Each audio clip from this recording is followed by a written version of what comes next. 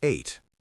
Tuesday afternoon, Nathan sat in his black Infiniti across from Stratus.com headquarters, engine off, watching the glass doors like a man waiting for a verdict, while inside, Jessica was walking confidently toward the biggest meeting of her career, Starbucks in hand, smiling at a future she thought was secure.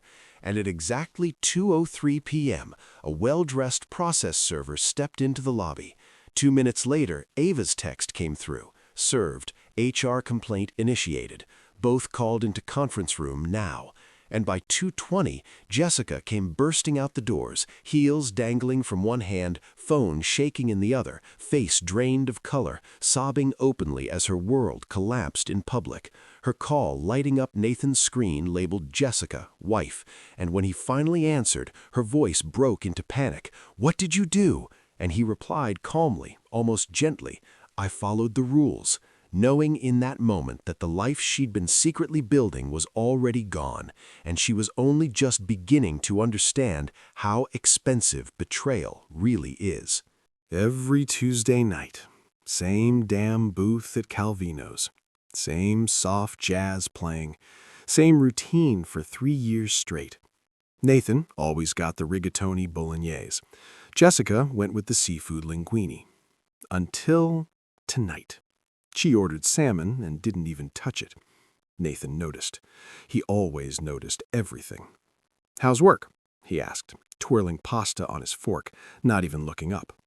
"Fine, just slammed with the Whitestone rollout," Jessica said, but her eyes were everywhere except on him. The wine glass, her hands, the couple next to them, anywhere but his face. Nathan's pulse didn't speed up. It slowed down. That's the dangerous kind of calm, the kind that comes right before everything explodes.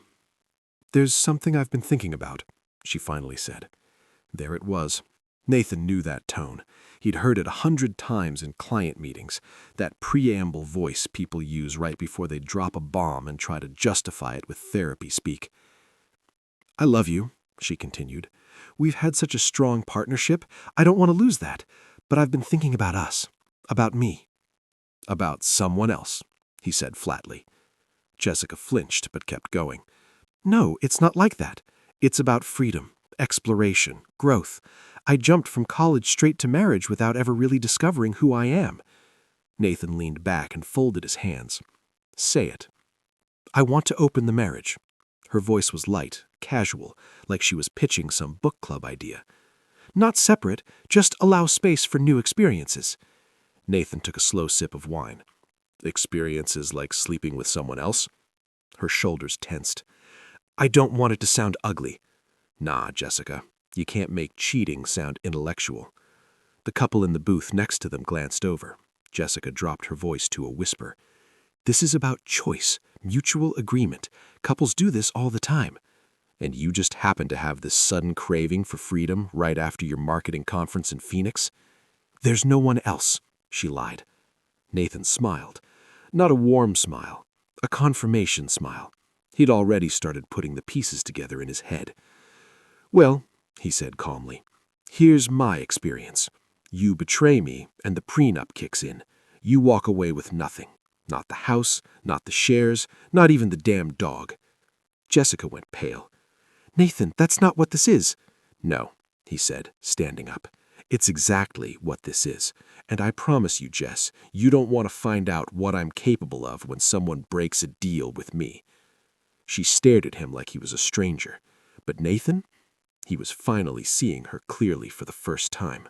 Nathan Caldwell didn't yell, didn't slam doors, didn't burn bridges like some scorned husband in a bad movie.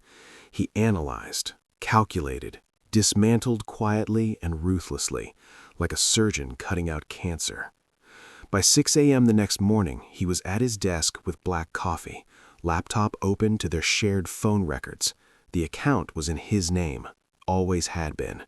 He scrolled through the call logs, months of them, highlighted, time-stamped. There it was, a number that kept popping up. Started in January, sparse at first. By February, daily calls. Derek Langston. Nathan didn't know the name, but he knew the type. Quick LinkedIn search told him everything he needed. Senior brand exec at straightest.com, Jessica's firm. Ivy League grad. The kind of dude who smirks when he shakes your hand. Recently divorced. Of course. Nathan printed the records and started marking dates. Valentine's Day, 32-minute call. 2 weeks later, lunch at Everwood Bistro. The charges matched the timeline perfectly. She'd told him it was a client debrief. Sure it was. Then there were the gym charges. Jessica joined some bougie fitness studio back in March. Stress management, she'd said. I need to feel strong again. Classes 3 nights a week, all near Derek's building. Nathan had once thought about hiring a trainer for her. Now he knew she already had one, with benefits. Thursday night, he staged his own alibi. Told Jessica he had a late deposition in Salem. She smiled, kissed him goodbye, yoga mat tucked under her arm like she was so innocent. He waited 10 minutes, then followed. From his parked SUV across from Elevate Fitness, he watched her walk in at 6:12 p.m. 7 minutes later, Derek's silver Audi pulled up. He followed the same path inside. Not together, too careful for that, but Nathan knew the game. At 7:50, they exited separately, then walked way too close for 2 blocks until they reached Derek's high-rise. Jessica punched in the door code without even looking behind her. She'd done this before, multiple times. Nathan sat in the dark, documenting everything. Photos, license plates, timestamps. He didn't need anger. He had evidence. That night, she came home at 10:40, hair tied back, breath minty fresh, dropped her gym bag in the hall and greeted him with a kiss. "How was court?" she asked. "Productive. Long day." She smiled. "Same." He watched her walk to the kitchen, her voice still echoing in his head. "It's about growth." "Yeah, growth. Right." The next morning, he created a new folder on his hard drive. Case file, Jessica Caldwell. Nathan uploaded everything to the folder. Photos, receipts, bank statements, call logs. He added an encrypted backup, then called someone he hadn't spoken to in years. Ava Grayson, one of the sharpest family attorneys on the West Coast. "You still the kind of lawyer who makes people wish they never picked the fight?" he asked. Her response was instant. "Only if they start the war first." He smiled. "Perfect. I've got a case for you." Jessica thought she was playing chess. Nathan was already 3 moves from checkmate. Friday morning, Jessica left early, kissing Nathan on the cheek and humming some song he didn't recognize. Said she had a strategy session at work.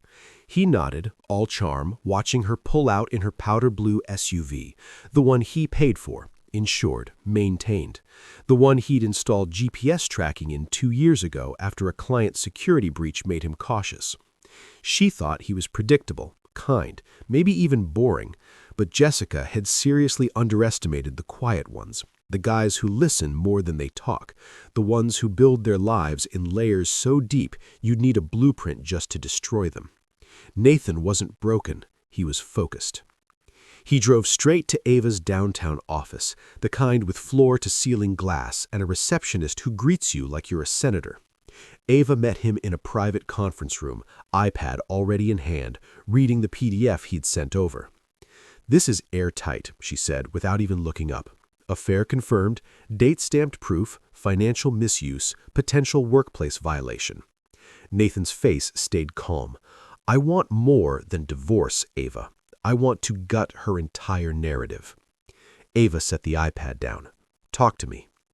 "I want her reputation buried, her job gone. I want Derek fired.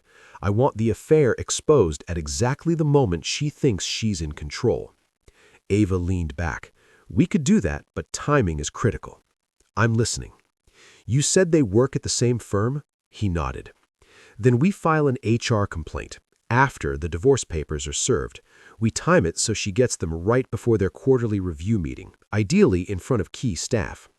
Nathan tapped his fingers together. "And financially?" Ava opened her case notes.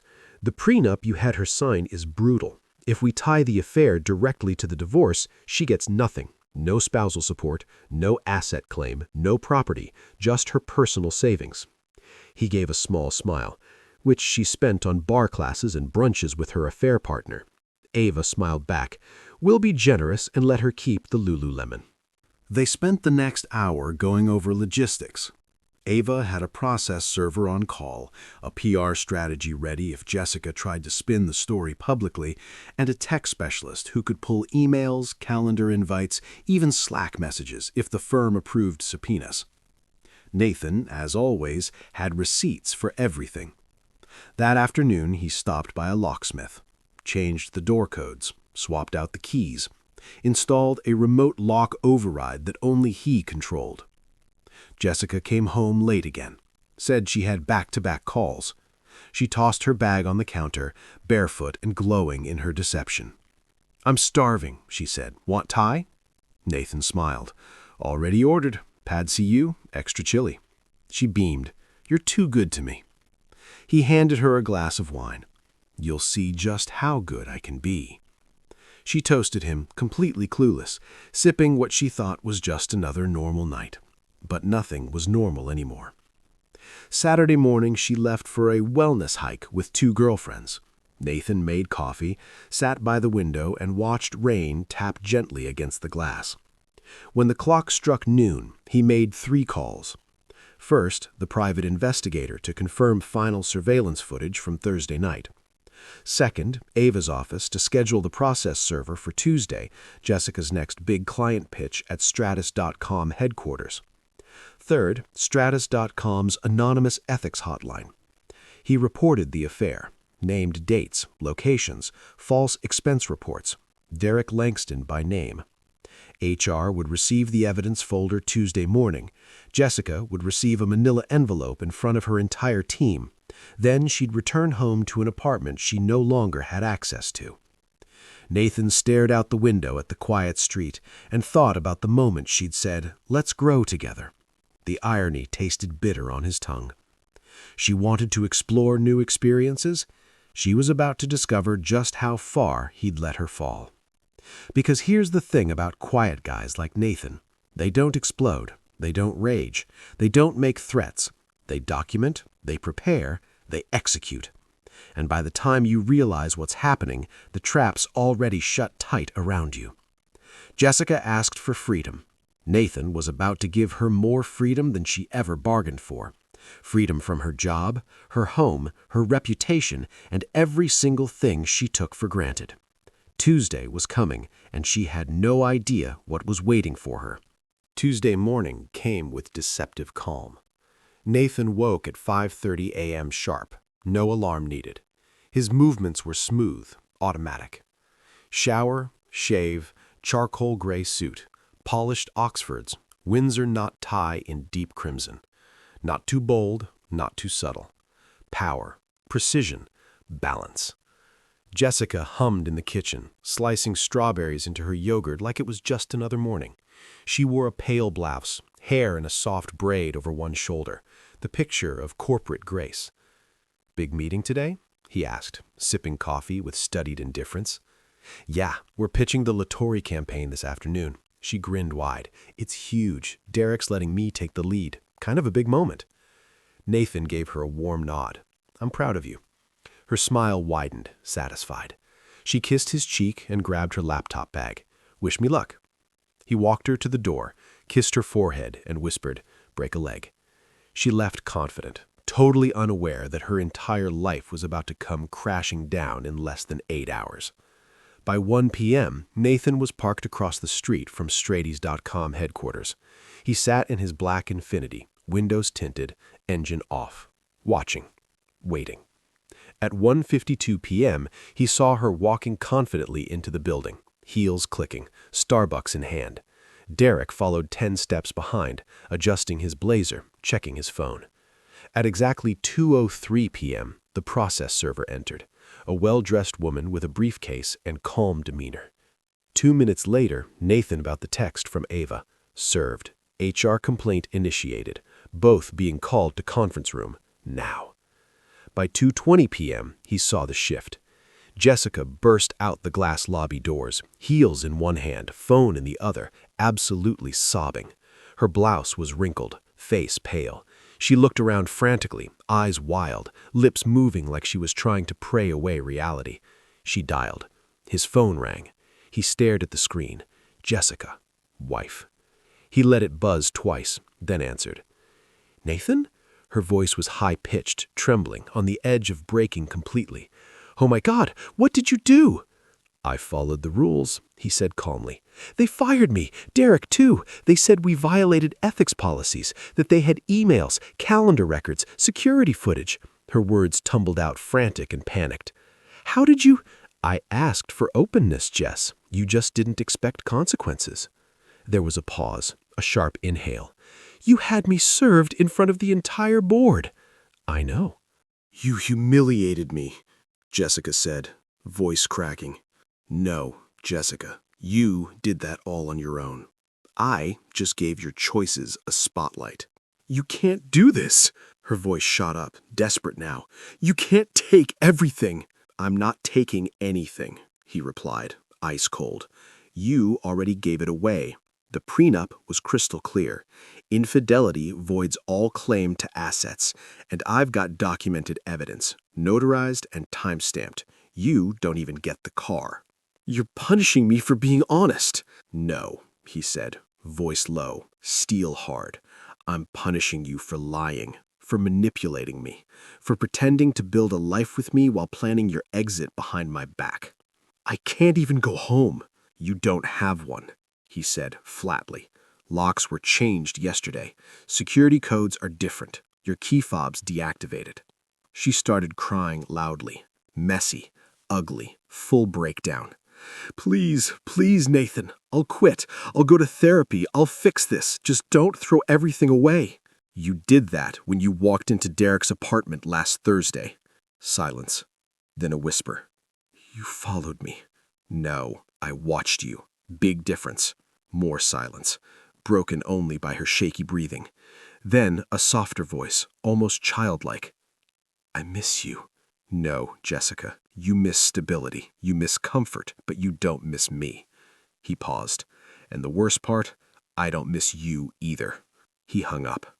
That evening, Nathan poured a glass of bourbon and sat in his leather armchair watching the sun melt behind the city skyline. At 7:48 p.m., his phone buzzed again. New number. He let it ring, then blocked it. Ava's final message came at 8:02 p.m.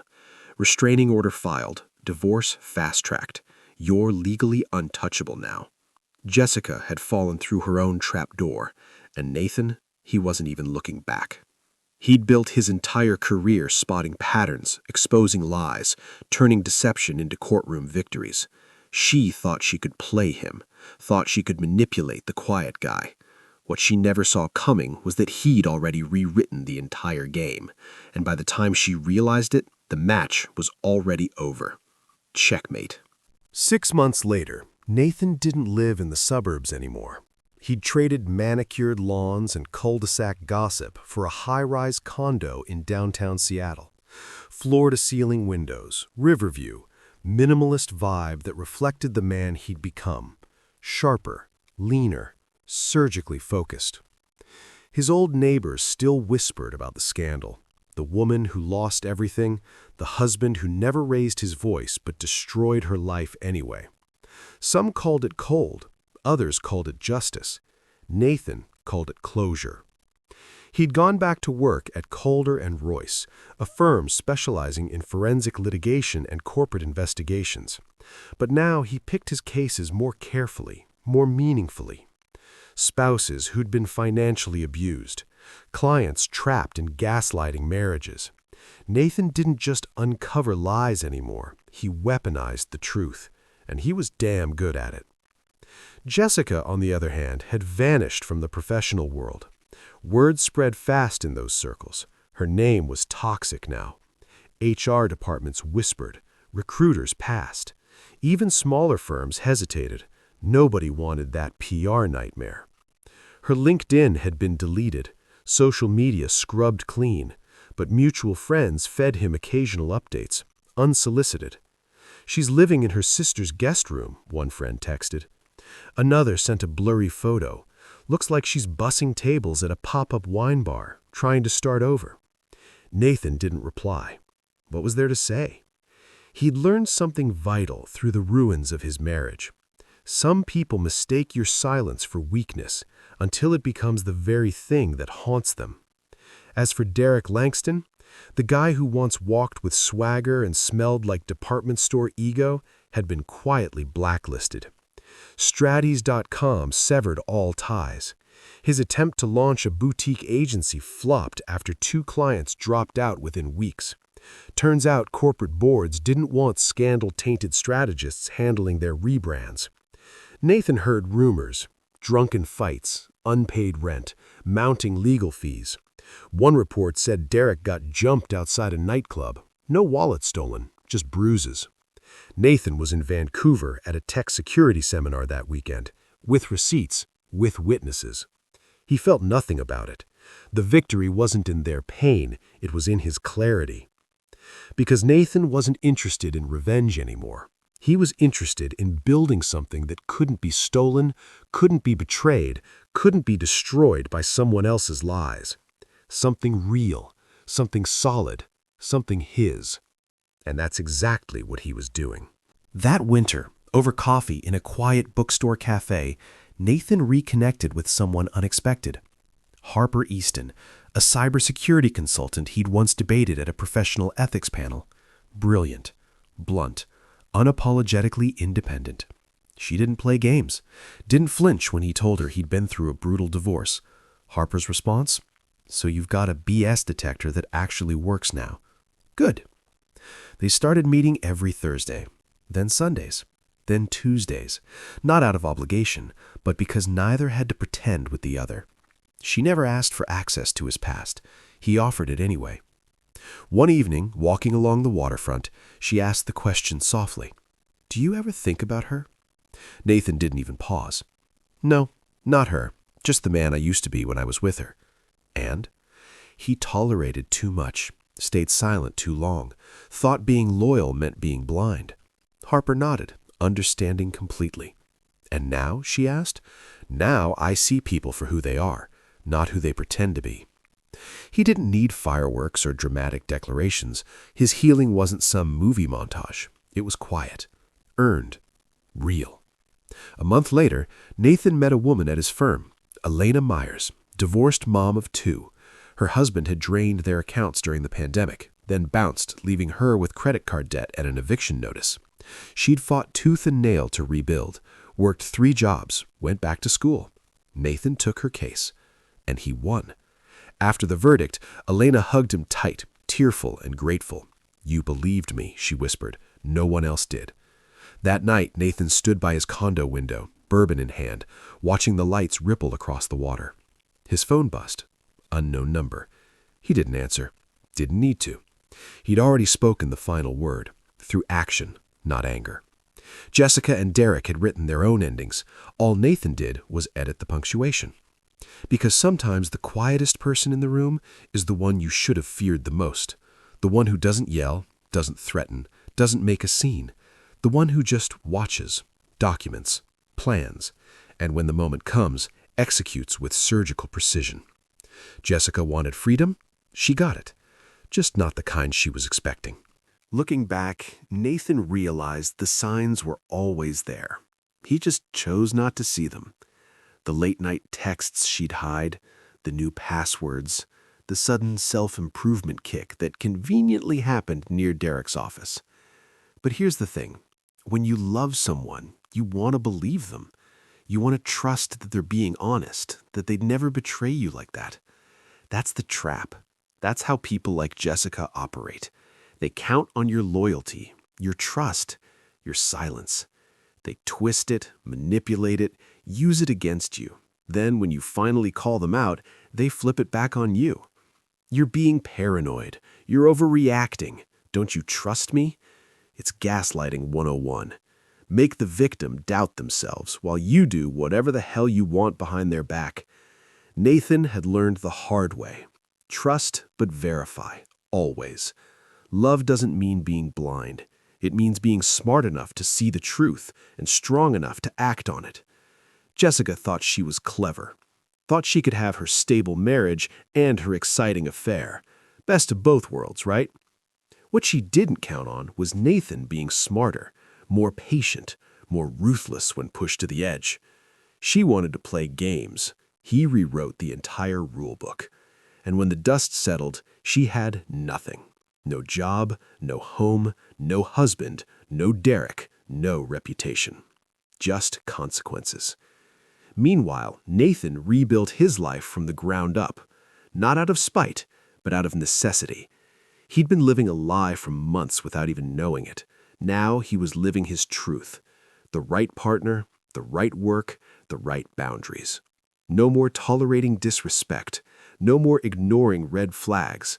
No more sacrificing his peace for someone else's convenience. He'd become the version of himself he should have been all along. Awake, aware, and unshakable. People asked him sometimes if he regretted being so harsh, if he ever felt guilty about destroying Jessica's career and life. His answer was always the same. I didn't destroy anything. I just stopped protecting her from the consequences of her own choices. And that's the real lesson here.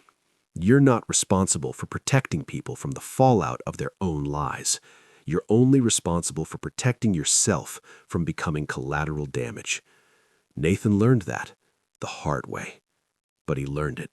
If this story hits home for you, if you've ever been lied to, gaslighted, or manipulated by someone you trusted, listen up. Here's what Nathan would tell you. First, trust your gut. If something feels off, it probably is. Your instincts are picking up on patterns your brain hasn't fully processed yet. Don't ignore them. Second, document everything. Receipts, screenshots, timestamps, bank statements, text messages. If you suspect something's wrong, start building your case quietly, because when the truth comes out, you'll need proof. Third, don't let them flip it on you. Manipulators are masters at making you feel crazy for asking basic questions. "Don't you trust me?" is a trap. A healthy relationship doesn't punish you for wanting honesty. Fourth, silence isn't weakness. You don't have to yell, threaten, or make a scene to be powerful. Sometimes the most devastating move is the quiet one, the calculated one, the one they never see coming. Fifth, protect yourself legally. Prenups aren't romantic, but neither is getting screwed over financially by someone who betrayed you. Protect your assets, your future, your peace of mind.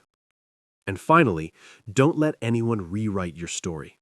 Jessica tried to frame her affair as growth and exploration. Derek tried to play victim when he got fired. They wanted to control the narrative. Nathan didn't let them. He stuck to the facts, the evidence, the truth. And the truth won. Look, relationships are built on trust, but trust without accountability is just naive. Real love doesn't ask you to be blind. It asks you to see clearly and choose anyway. Jessica didn't want that. She wanted comfort without commitment, stability without sacrifice, a husband at home and a boyfriend on the side. She thought she could have it all. Turns out, she lost everything instead. Nathan's not bitter about it anymore. He's grateful, because that betrayal taught him something invaluable. Your peace is worth more than anyone's presence. If someone's disturbing your peace, they don't deserve access to your life. So if you've been told you're overreacting or being paranoid when your gut's screaming something's wrong, this one's for you. Trust yourself, protect yourself, and never ever apologize for refusing to be disrespected. Hit subscribe for more stories about the moment everything changed, because sometimes the quietest person in the room is the one holding all the cards, and by the time you realize they've been playing a different game, it's already checkmate. Comment, "Trust your gut" if this resonated. And remember, silence isn't weakness. Sometimes it's strategy. Stay sharp out there.